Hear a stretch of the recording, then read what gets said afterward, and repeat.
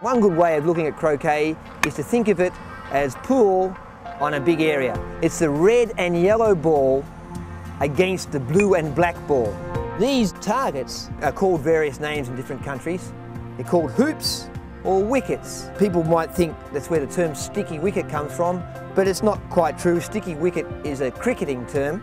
The distance the ball has to fit through the wicket is about the size of a dime. The aim is to get each ball through every wicket in a clockwise direction, then turn around and go anti-clockwise through the 6 wickets again, and then hit the peg.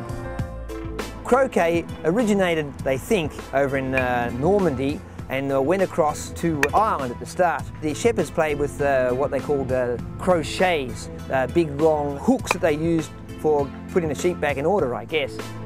You get a point for every wicket you go through and 1 point for hitting the peg, or the stake as it's called, and so it's first to 26 points wins the match. In about 1850, a man called Jacques brought the game across to London for the World Exhibition at the Crystal Palace. From there, the game really exploded amongst the gentry in England and is played pretty much the same as then, with the rules being really tightened up as we've gone along. If I hit my red ball through a wicket, I get another turn. If my red ball hits the blue ball, I get 2 more shots. I have to pick the red ball up and place it next to the blue ball, or the ball that I hit.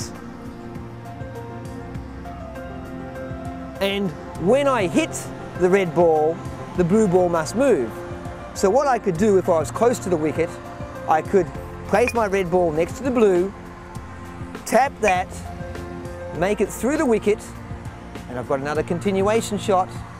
I could turn around and hit that ball again and continue leapfrogging around the court. That is basically the general tactic to try and do. Use other balls to score your wickets. I was 7 times world champion of court tennis, and I'd built my own facility in Sydney.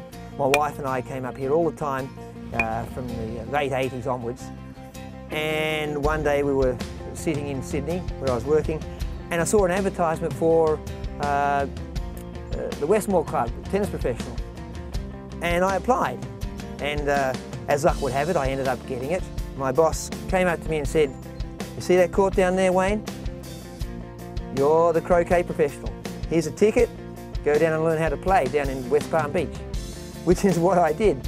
And I remember that I went down there, you know, not kicking and screaming, but I thought, what on earth am I going to be doing playing croquet?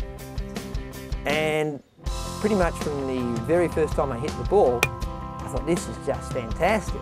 You don't have to be such a great shot. If you're a great tactician, if you know how to play the split shots, then you can continue your break and beat people who are much more skillful at hitting straight than you are. But it does mean you have a lot of homework to do and you've got a lot of practice to do. So really it's the intelligence behind the game plus the actual art of making split shots that I really love about it.